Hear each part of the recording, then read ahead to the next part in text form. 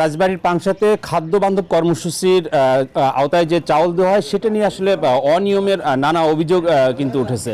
আমরা রাজবাড়ির পাংশা উপজেলার বাউপাড়া ইউনিয়নের একটি পয়েন্টে এসে যেটা দেখতে পেয়েছি, যিনি ডিলার রয়েছেন খাদ্য বান্ধবের, তার নানা রকম নয় ছয়ের অবস্থা কিন্তু আসলে দেখা গেছে। অতিরিক্ত টাকা নেওয়া, চাউল কম দেওয়া, একাধিকবার মানুষের হয়রানি করার অভিযোগ কিন্তু আছে। আমরা একটু কথা বলবো। আসেন তো একটু।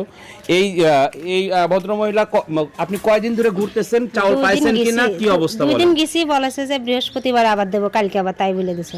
তা আজকে আবার সংবাদ শুনে যাচ্ছিলাম, তাই মাঝখানে তো আটকা পড়ে গেছি। আপনি কয়দিন ঘুরছেন? 2 দিন গেছি। 2 দিন গেছেন, চাউল দেয় নাই? না। কি বলে? বলে যে ওই দিনের দিন যারা আসছিল তারা পাইছে, যারা পায়নি তারা আগের দিন গেলাম তখন বললো যে কালকে দেবো না। তারপরে কালকে গেছি, কালকে যা কয়েক বৃহস্পতিবার আবার দেবো। আজকে আমার আইডি কার্ড রাখছে, আরো 200 টাকা রাখছে। সাইল দেশে পরে গ্যামজাম করি। আপনার নাম কেনেছেন?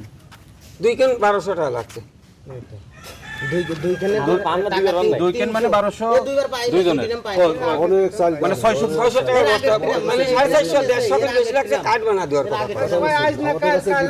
আবার কার্ড দেওয়ার পরে দিন কার্ড নেব না, দিন আর 50 টাকা দেওয়া। তার মানে অতিরিক্ত 200 করে। হ্যাঁ 200। 450 টাকা চালের দাম, 150 টাকা নেছে আছে কাট করার জন্য। বাবাদ বলেছে কাট করার 150 টাকা লাগবে। কে নিছে? মিঠু রানা। কিন্তু কয়েকবার সেখানে চাউল আনতে গেছে, কিন্তু আসার পরে কি হয়েছিল একটু বলেন তো ভাই। যে ভাই কালকে একবার আসছিলাম, কালকে একবার আসার পরে সে বলছে যে চাল দেবে না, চলে আইছে। তারপর আসার পরে আজকে আবার যাওয়া হয়েছে।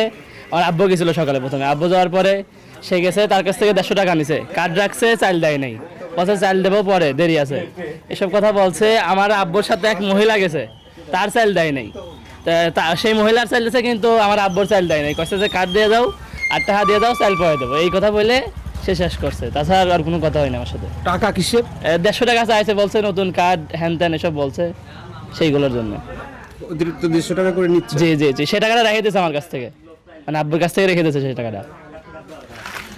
যেমনটি শুনছিলেন, আসলে এই খাদ্য বান্ধব ডিলারের যে দুরবস্থা, এখানে এসে দেখতে পেলাম নানা অনিয়ম। সেই অনিয়মের বিষয়ে আমরা কথা বলেছি উপজেলা নির্বাহী কর্মকর্তার সাথে। তিনি আমাদেরকে যেটি জানিয়েছেন যে যদি কোনো ডিলার তার অনিয়ম করে অবশ্যই তার বিরুদ্ধে শাস্তিজনক যে ব্যবস্থা, সেই ব্যবস্থা আছে। কথা বলেছিলাম খাদ্য বান্ধব কর্মসূচি যিনি দেখভাল করেন ফুড অফিসারের সাথে, তিনিও কিন্তু একই কথা বলেছেন। যদি কোনো অনিয়ম থাকে, সুনির্দিষ্ট কোনো অনিয়মের অভিযোগ যদি থাকে, তাহলে অবশ্যই তার খাদ্য বান্ধব ডিলারের যে নিয়ম রয়েছে সেই নিয়ম অনুযায়ী তিনি বাতিল হবে, এমনটি জানিয়েছেন। এই ছিল রাজবাড়ির পাংশা থেকে আমার কাছে এই মুহূর্তে খাদ্য বান্ধব কর্মসূচির বেহাল দশার শেষ অবস্থা।